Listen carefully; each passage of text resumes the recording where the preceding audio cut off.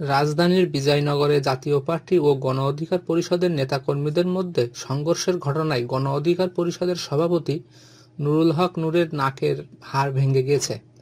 তার চিকিৎসায় উচ্চ পর্যায়ের মেডিকেল বোর্ড গঠন করেছে ঢাকা মেডিকেল কলেজ হাসপাতাল। নুরুল হক নূরের সিটি স্ক্যান করা হয়েছে। নুরুল হক নূরের চিকিৎসায় গঠিত ৬ সদস্যের মেডিকেল বোর্ডে রয়েছেন ঢামেকের পরিচালক, অ্যানেস্থেসিয়া বিভাগের প্রধান, ক্যাজুয়ালিটি, নাক কান গলা, নিউরোসার্জারি ও চক্ষু বিভাগের একজন করে চিকিৎসক। শনিবার সকালে ঢামেক হাসপাতালের পরিচালক ব্রিগেডিয়ার জেনারেল মোহাম্মদ আসাদুজ্জামান এ তথ্য জানিয়ে বলেন, নুরুল হকের মাথায় আঘাত রয়েছে, তার নাকের হাড় ভেঙে গেছে, যে কারণে গতকাল অতিরিক্ত রক্তক্ষরণ হয়েছিল। তার জ্ঞান ফিরেছে বলে জানান তিনি। হাসপাতালের এই পরিচালক বলেন, নূর বর্তমান স্টেবল রয়েছেন, তবে ৪৮ ঘন্টা না যাওয়া পর্যন্ত শঙ্কামুক্ত বলছি না। তার মস্তিষ্কে যে রক্তক্ষরণ রয়েছে তা ওষুধে ভালো হয়ে যাবে বলে আশা করছি।